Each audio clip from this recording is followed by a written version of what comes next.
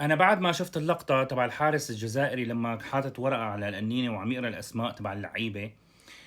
شفت التعليقات كتير عند الناس، سحر وما سحر. لا حبايبي، هذا مو سحر، هذا ذكاء حارس مشان يربح الفريق تبعه.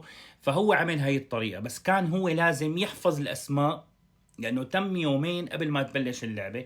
كان لازم يحفظ الاسماء هو ويجي آه، ينفذ على ارض الواقع.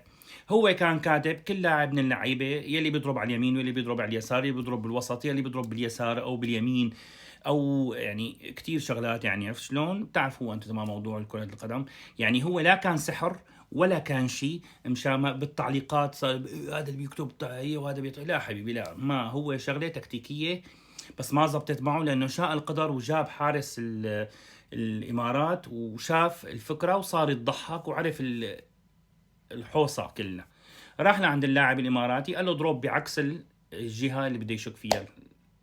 يعني اضرب بعكس العاده. انت يعني بالعاده انت بتضرب على اليمين، ضرب على اليسار مشان تفوت الطابه، او ضرب بالوسط. وهذا اللي صار.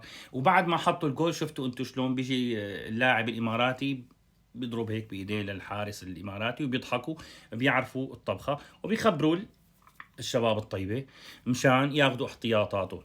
بس الفكره يعني الحارس الجزائري بدك تغش وتغش، يا غش على اصول يا لا تغش.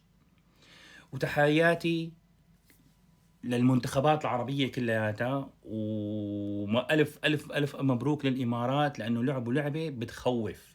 والجزائر والله العظيم، والله العظيم فريق يرفع له قبعة.